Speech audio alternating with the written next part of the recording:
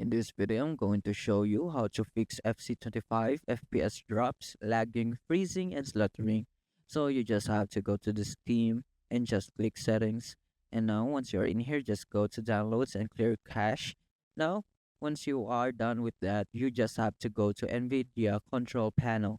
Now, once it loads, as you can see in here, just go to manage 3D settings or just go to your adjust image settings. Now, you just use the preference emphasizing, click that and just drag it to performance.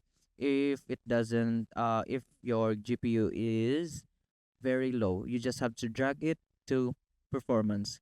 Now, once it's done, just click apply. Now, once you're done with that, you should go to search button and click Windows R and local app data. And this is where you also have to find FC25 and delete. So once you have found FC25, just imagine that this is FC25, just delete it and that's it.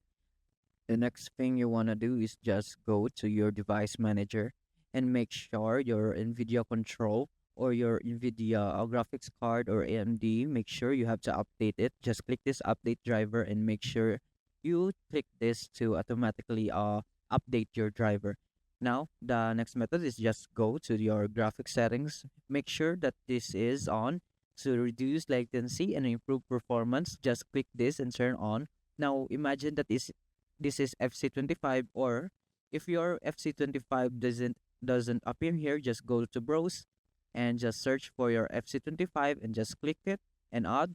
Now once it's done, just imagine that this is your FC25. Just go to options and click this high performance and click save, and that's it.